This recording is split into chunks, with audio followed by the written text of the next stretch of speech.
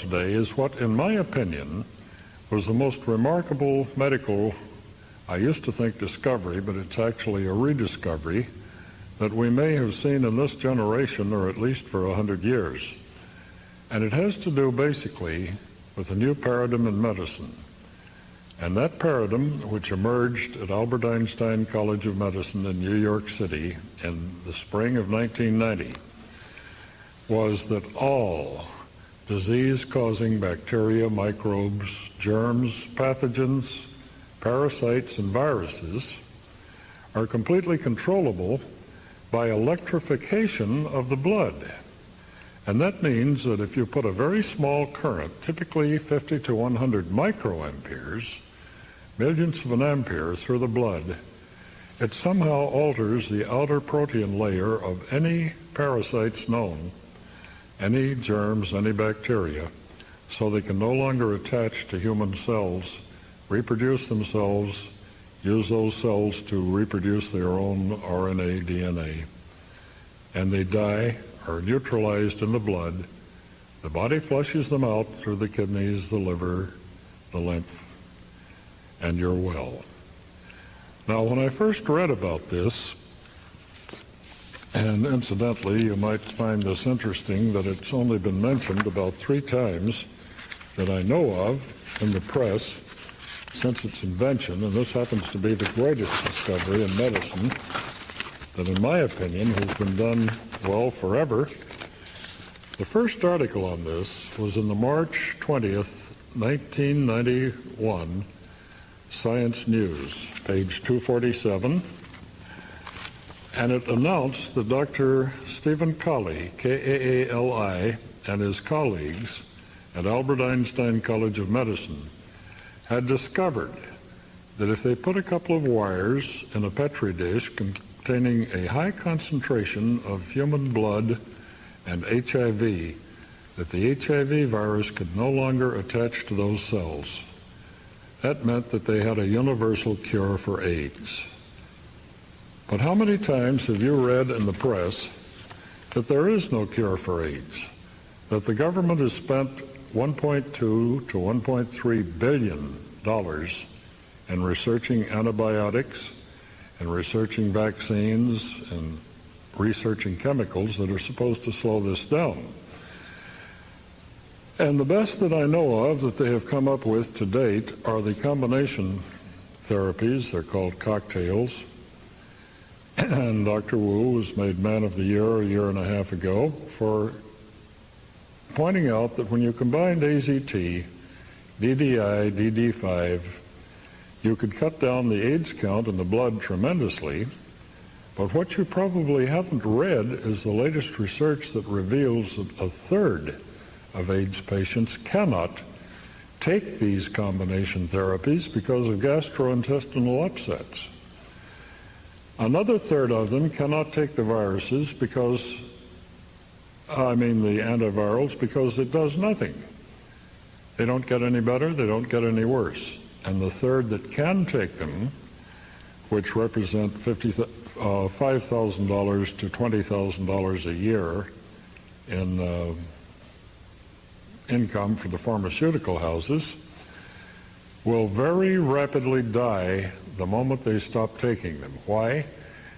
Because the viruses left in the blood are so virulent that they have the power of overpowering the patient in just a few days, and they will die of HIV of a much more virulent form. Don't forget, the HIV mutates very, very rapidly, one of the most rapidly mutating retroviruses known. And so it's rather strange that since their discovery, only 3 or 4 articles have appeared. An interesting article did appear in the Houston Post on Wednesday, March 20th, 1991, in which they announced the discovery. And then later, in Longevity magazine, December 1992, page 14, in which Dr. Kali and his colleagues tried to backtrack the discovery, and they say right in this article that it will not be ready for 15 years because it hasn't been researched. The truth is, it has been researched, it does work, it can be applied today. So this 15 years appears to me to be the product of suppression of the information. Somebody doesn't want this information out here, and if people have accidentally heard about it, they've got to tell them, no, it's not ready yet, it doesn't work, etc. Well, in about 1991, I heard about this article, the one in Science News, and I ran to the library to get it, and it was gone. We tried a number of libraries in Orange County, California. Finally, from a librarian, got one of their reserve copies of Science News.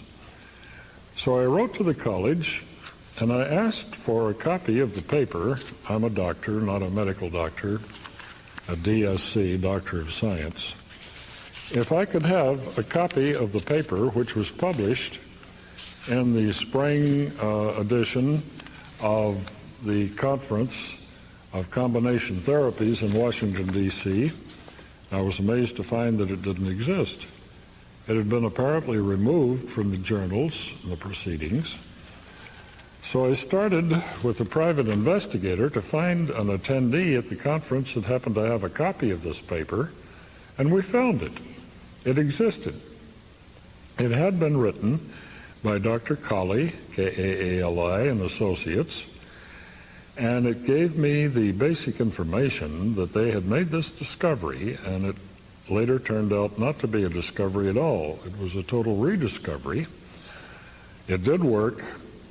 Now, who would like to see this information suppressed?